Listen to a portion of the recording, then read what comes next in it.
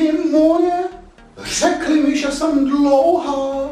No kdyby řekli, že široká, to bych i pochopila. Ale třeba to byl jen eufemismus. A tak jsem se rozhodla, že s tím něco udělám. Budu krátká, tedy hubená. Dočetla jsem se, že úplně nejlepší na to je šlapání.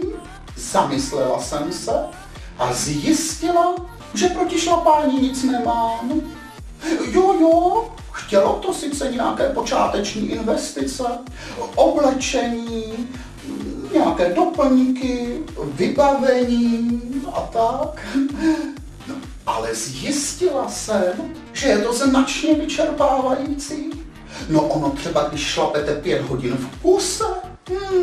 Na druhou stranu, velmi mě to uspokojuje, pusinky moje.